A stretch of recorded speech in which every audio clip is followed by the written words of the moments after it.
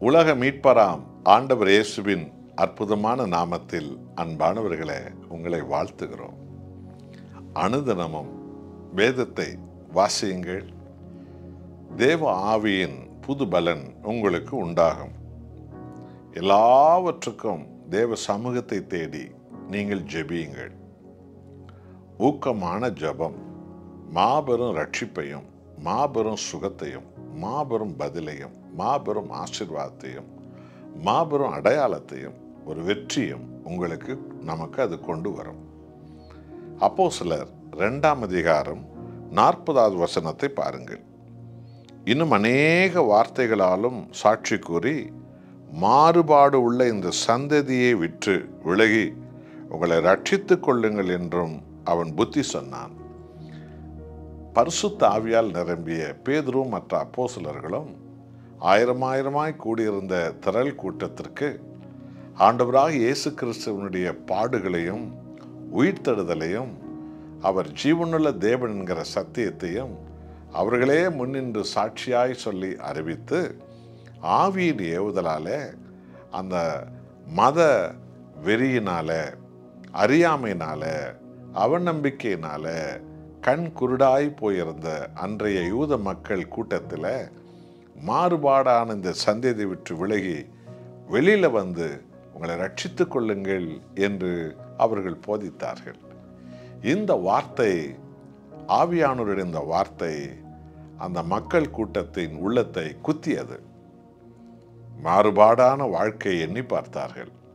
மாறுபாடான சந்ததி எண்ணி பார்த்தார்கள். மாறுபாடான பொய் பக்திகளை அந்த யூதர்கள் அன்றைக்கு எண்ணி பார்த்தார்கள். அவைகள் எல்லாவற்றையும் விட்டு வெளியில் வந்து, ஆண்டவராகிய இயேசுவே மெய்யான தேவன், அவரே மன்னிப்பின் தேவன், ரட்சிப்பின் தேவன், விடுதலையின் தேவன், ஆசீர்வாதத்தின் தேவன் என்று சொல்லி கர்த்தாதி கர்த்தரை உயர்த்தி தேவனை அவர்கள் மகிமைப்படுத்தி இரட்சகராய் ஏற்றுக்கொண்டார்கள். இன்றைக்கும் கூட அப்படித்தான்.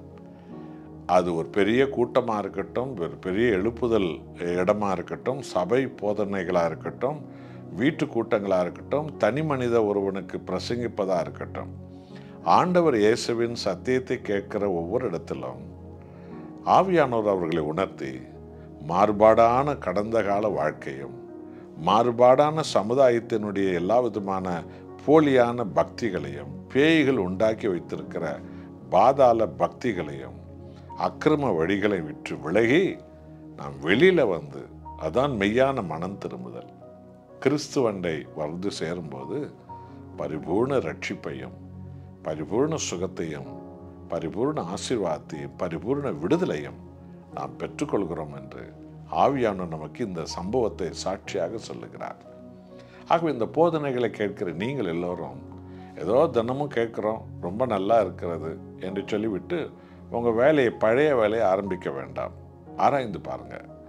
மாறுபாடான வழிகள் உங்களிடத்தில் உண்டு, அதை உணர்த்துகிறார். அவைகளை விட்டு வெளியே வாங்க.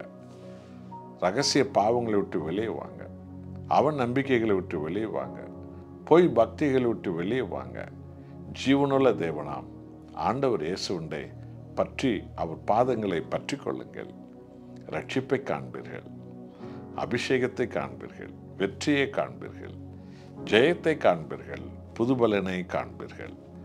பாவ சேற்றில் உட்கார்ந்து கொண்டு எந்த அற்புதத்தையும் நாம் பெறவே முடியாது. எந்த ஒரு பாரம்பரிய பாவ குழியில் உட்கார்ந்து கொண்டு எந்த ஒரு அடையாளத்தையும் நாம் காணவே முடியாது. அவைகளை விற்று வெளியில வர வேண்டும் கிறிஸ்துவண்டை. அப்பொழுதுதான் மாபெரும் ரட்சிப்பு, மாபெரும் அற்புதம். ஜெபிப்போமா?